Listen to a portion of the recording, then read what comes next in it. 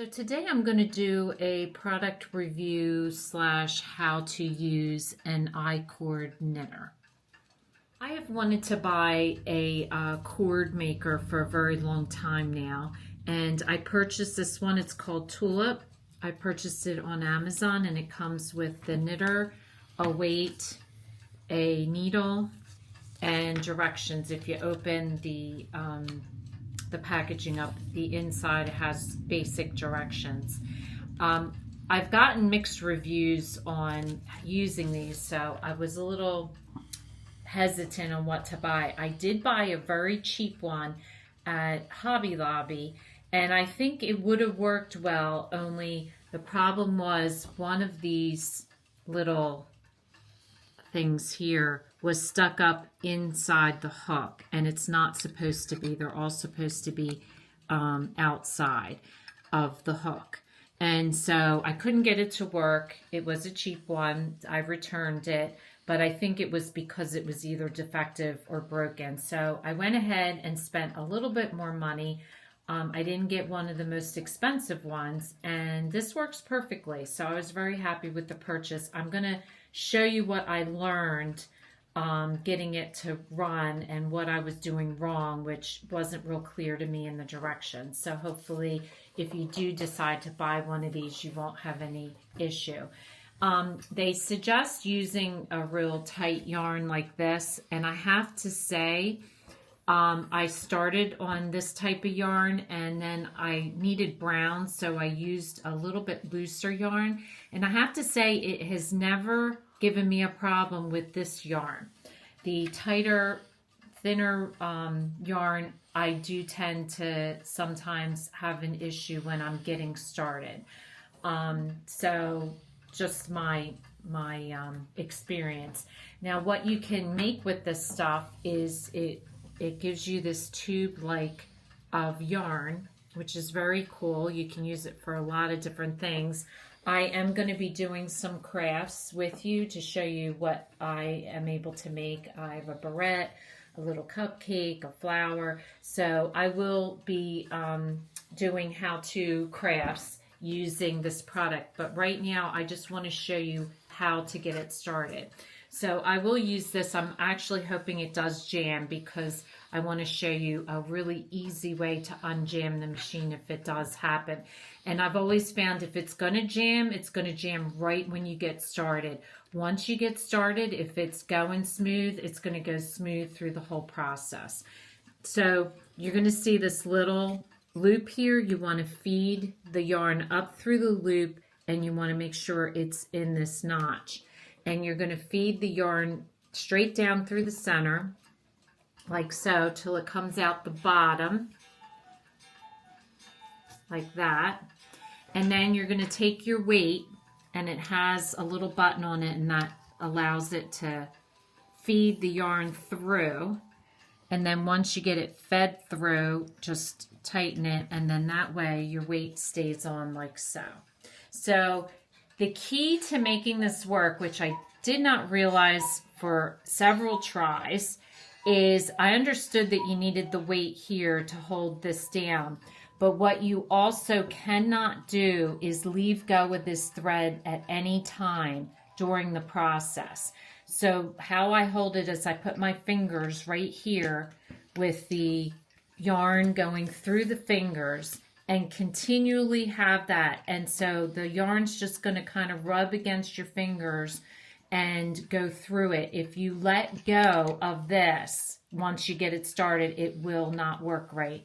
So this thread needs to be taut at all times. That is the key. So to get started, you have 4 hooks. You want to make sure they give you this needle. You want to make sure that these are not in the closed position, like that. You want to make sure when you start that they're all open. So if they're sticking like that, just put your needle in and push them all down so that they all look like this. So you crank it towards you. Now the cheaper one that I got said never to crank it backwards, but that is not true either. You can crank backwards, and I'll show you when to do that. But you crank forward to get it started. So it's going to hook. See how the thread hooked on the first hook, and now it's going to hook on the second hook, but to get it started, it's only your first round. You want to skip the second hook. So just move the yarn to the back, and then it's going to hook on your third hook like this, okay? And then when you get to your fourth hook, again, you want to move the yarn to the back of the hook. It's not quite over far enough. Hold on. Okay, once you've done that, this is what it should look like. It should just be going directly across. Now you're back to your first hook. So what you want to do is now keep your weight, make sure that weight stays hanging down. You don't ever want to not have weight or tightness on the thread here. And now you're just going to spin, and each hook is going to pull the thread. Now the other thing that I was worried about in the beginning, if you listen, you hear it kind of doing clicking noises, and sometimes it's a little hard to spin. That's normal. That is okay. So I was nervous when I first started. I'm like, oh, this just doesn't feel right to me, but it does, and it is doing the correct thing by doing that. So that's what it should look like. Of course, it's not going to clog up on me. You'll notice that the thread is going inside. It's being pulled in. If your thread is not going in and it's starting to build up on the outside, you've done something wrong. So I always start out slow until I'm sure that it's going correctly.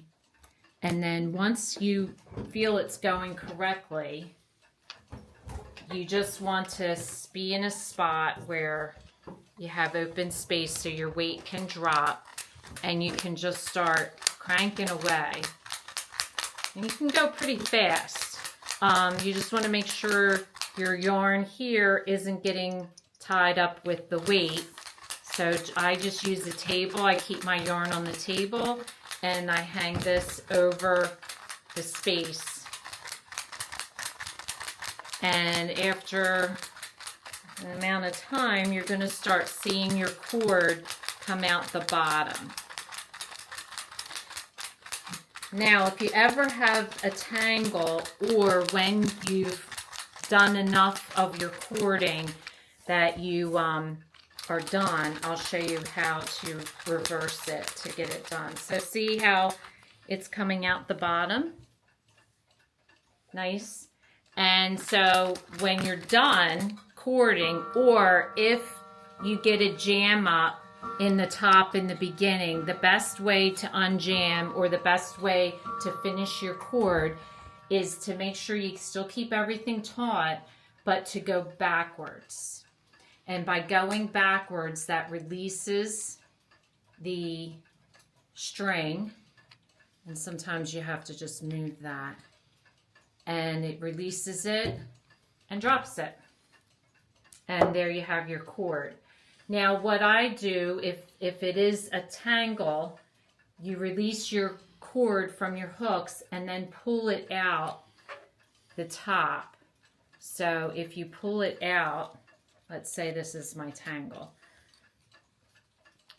If you pull it out the top, like so, and you get the knot out, all you have to do is pull on this, and it unravels. So then you can start over, and you don't have to unthread, and you can reuse your string here. Also, this is nice. What I do is I release my thing, pull it out the top, and then, like, let's say I wanted a 2-inch cord. Sometimes it's hard to judge how much you actually have in there. So what I would do is just take my ruler, and then I would just undo it down to where I want it, and then I can reuse this and then just cut it off here.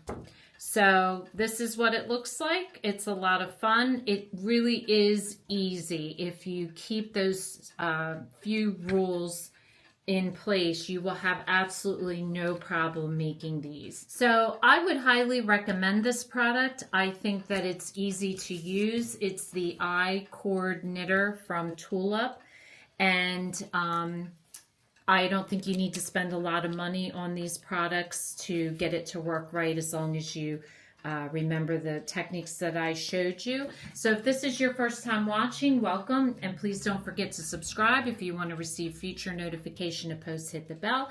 And if you like this video, please give us a thumbs up and stay tuned for some of the crafts I'm going to show you how to make using the tool. Thanks for watching, and we'll see you again soon.